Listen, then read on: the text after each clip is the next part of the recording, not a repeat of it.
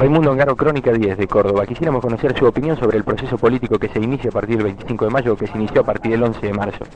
Si en nuestra patria en los últimos años se han conocido movilizaciones de la clase trabajadora y movilizaciones populares que han significado jornadas sin precedentes en nuestra historia a partir del 25 de mayo, los trabajadores de cada fábrica, los trabajadores de cada oficina, los estudiantes en la universidad y en las escuelas secundarias, los villeros y los pobladores en los barrios y en las localidades de todo el país van a iniciar una de las más serias y profundas movilizaciones que se han dado en nuestra tierra, en conjunto con la movilización que registra Latinoamérica y los pueblos del tercer mundo, para lograr definitivamente la liberación nacional y social, para construir el socialismo nacional, para que todo el poder, toda la riqueza y toda la cultura sea de los trabajadores y del pueblo. Ongaro, ¿qué cree usted que va a pasar o que debería ocurrir con la estructura gremial? Yo creo que la estructura gremial, la que depende de la conformación que le dieron ministros como San Sebastián, va a caer barrida inevitablemente por el torrente de las bases. Coria, que cayó un poco antes del 25 de mayo, le marcó el pasaporte y el camino a aquellos otros que, como él, estuvieron engañando a la clase trabajadora, traficando con la clase trabajadora, poniéndose todas las clases de camiseta. Por eso un día, estos elementos que cantan la marcha del pueblo y que dicen tener los símbolos del pueblo, estaban con Valentín Suárez, que representaba la AFA. Era una manera de representar a todas las camisetas. Estos las tienen todas preparadas y le batieron el récord al Sogaray, porque con todos los gobiernos se abrazaron, fueran democracia, fueran dictaduras, fueran corporativismo, fueran negación de la libertad y la soberanía del pueblo. Por lo tanto, esa estructura está caduca en la conciencia y en el corazón de la mayoría de la clase trabajadora. Si queremos mundo nuevo, si queremos hombre nuevo, si queremos revolución del pueblo, por métodos de revolucionarios habrá que construir organizaciones revolucionarias. Y los que no combaten no sirven para esta hora. Ese sindicalismo no combate, negocia, por lo tanto está muerto. Perfecto, muchísimas gracias.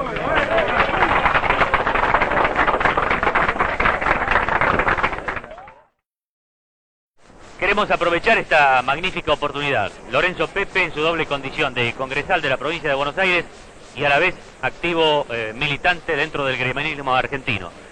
Pepe, queremos conocer cuál es su opinión con respecto al problema que se ha planteado en cuanto a la confección de la lista para el Consejo Nacional Justicialista. Bueno, no hay problema. Se está en este momento analizando la composición de esa lista. Lo que sí debe quedar perfectamente en claro que el espíritu de esta convención es de absoluto acatamiento a la directiva del jefe del movimiento, el general Juan Perón. De tal manera que partiendo desde ese principio, yo creo que las cosas van a ser superadas. Pepe, ¿usted no duda en absoluto de esa conducción de Perón en la confección de esta lista? Yo acabo de escuchar anoche, como creo que la escuchó usted, una cinta del general Perón en que ratifica total y absolutamente la confianza en su delegado personal. Por lo tanto, no puedo dudar que lo que señala el delegado personal es realmente así. ¿Considera entonces equivocada la actitud de las 62 organizaciones? No conozco cuál es la resolución de las 62 organizaciones. No aceptar ningún cargo en el Consejo. Bueno, es una cuestión de las 62 organizaciones. Porque el problema sería el siguiente. Las 62 entienden que debe haber una representación de 6 gremialistas más 6 de la rama política, en la que deberían estar involucrados la juventud, como así también la rama femenina. Tengo entendido que en la lista en que se está en este momento discutiendo, se está en tratativa, hay representación de esta naturaleza. ¿6 gremialistas? Bueno, si gremialistas vienen directamente por la 62, tengo la sensación que no, todavía no la conozco en detalle, pero hay gente del campo obrero que en función política en esta emergencia están dentro de la lista. Una última pregunta. ¿Cómo quedaría en el caso de que las 62 no acepten ningún cargo la conducción nacional del justicialismo?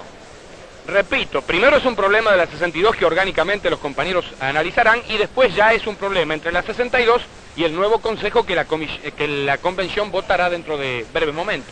Gracias, Pepe. Gracias a usted.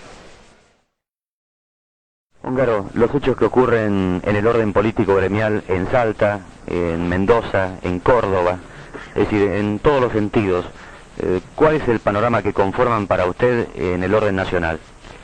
Que luego de 18 años de heroica lucha de la mayoría de la clase trabajadora y el pueblo argentino, de una lucha que costó desde planes con íntes a fusilamientos el 9 de junio de 1956, desde cárceles, desde masacres de todo tipo, incluida la del 22 de agosto de 1972 en Trelew, esa victoria que el 11 de marzo significaba devolver para la República Argentina a Perón, que sintetiza la causa del pueblo y al pueblo mismo en el poder, ha sufrido un golpe de características sui generis, como se suele decir.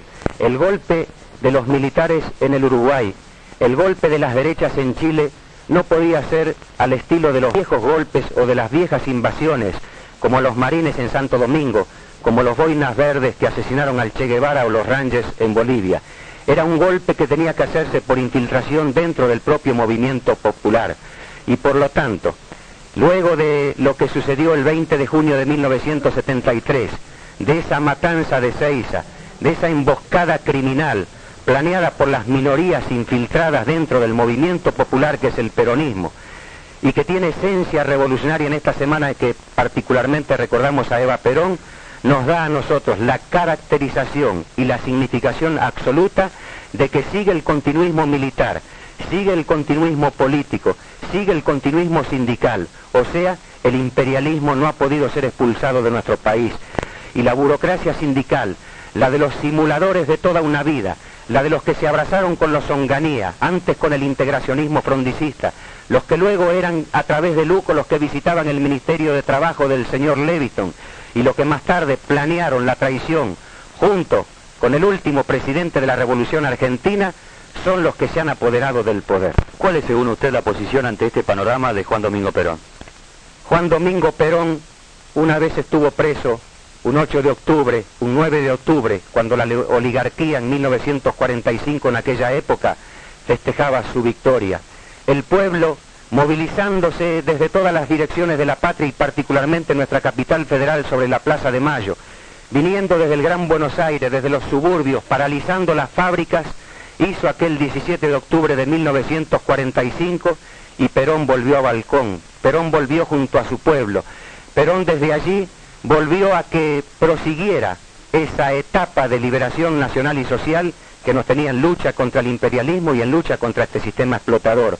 Hoy yo creo que el deber de todos los argentinos, el deber de los peronistas revolucionarios, el deber de los peronistas de base, el deber de la juventud peronista, el deber de las organizaciones revolucionarias que estuvieron encabezando las movilizaciones y las luchas contra la dictadura militar es producir un nuevo 17 de octubre, porque el 11 de marzo no alcanzó, el 25 de mayo no alcanzó, el 20 de junio no alcanzó, tal vez este 26 de julio, en que esa camarilla allí que se ha apoderado de los controles de la economía, de la política y de la dirección sindical en nuestro país, en este 26 de junio no quieren que vengan los restos de Eva Perón.